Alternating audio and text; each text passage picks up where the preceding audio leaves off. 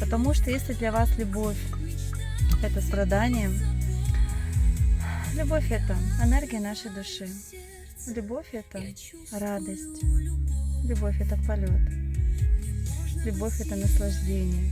Любовь – это кайф. Но любовь – это работа.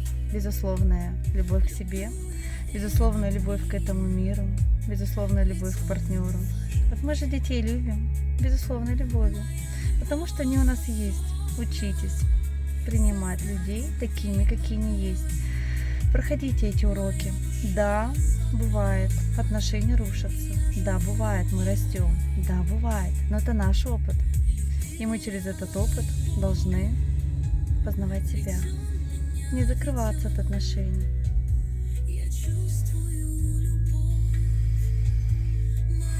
Человеку нужен человек. Это нужно понять. Это очень важно. Это очень важно.